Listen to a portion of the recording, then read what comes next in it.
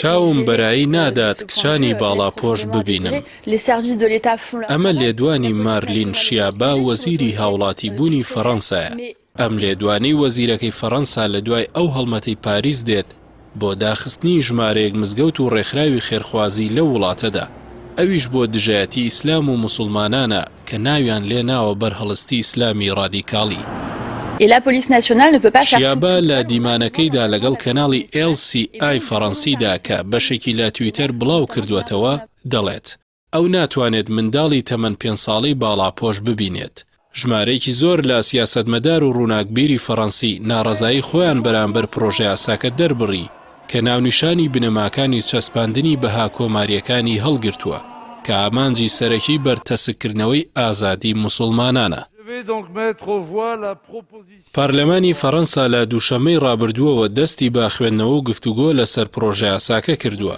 سەرەتا پرۆژەکە ناونیشانی دژایەتی ئیسلامی ڕادیکاڵی هەڵگرت بوو، بەڵام لەبەر ئەو شەپۆ لە ناڕەزاییە بەربڵاوەی کە ناوخۆی فەڕەنسا و دەرەوەی گرتەوە بەبێ ئەوەی هیچ گۆڕانکاریەک لە نێوەڕۆکی پرۆژە یاساکەدا بکرێت، ناونیشانەکەی گۆڕدرا بە بنەماکانی چەسپاندنی بەها کۆماریەکان کە چاودێران پێیان وایە ئامانجی سەرەکی لەو پرۆژە یاسایە پەراوێزخستنی موسڵمانانی دانیشتووی فەڕەنسایە. بە پێی دەقی ئەو پرۆژە یاسایە کچانی تەمەن خوار 18 ساڵ قەدەغە دەکات لە باڵاپۆشی لە شوێنە گشتیەکاندا. چەندین کەسایەتی فەڕەنسی دژایەتی خۆیان بۆ پرۆژە یاساکە دەربڕی. لە نێویاندا فرانسوا دیڕۆشی سەرۆکی ڕێکخراوی دادگەری و مافی بێسنوور هەیە کە دەڵێت لە حاڵەتی پەسەندکران و بڕیار لە سەردانی ئەو پرۆژە یاسایەدا فەڕەنسا بۆ هەمیشە ماڵ ئاوایی لە بنەماکانی مافی مرۆڤ دەکات و دەبێتە وڵاتێکی دیکتاتۆری. ناوبراو لە دیمانەیەک لەگەڵ پێگەی جەزیرەدا دەڵێت ئەو پرۆژە یاسایە تەنیا دژی موسڵماناندا ڕێژراوە.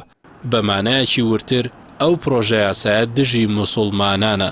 بەو پێی کە بە درڕندە و ڕەگەزینە ئارامیان دەناسێنێت، نەک خاوەنی ئاینێکی ئاسایی و یاسایی بن.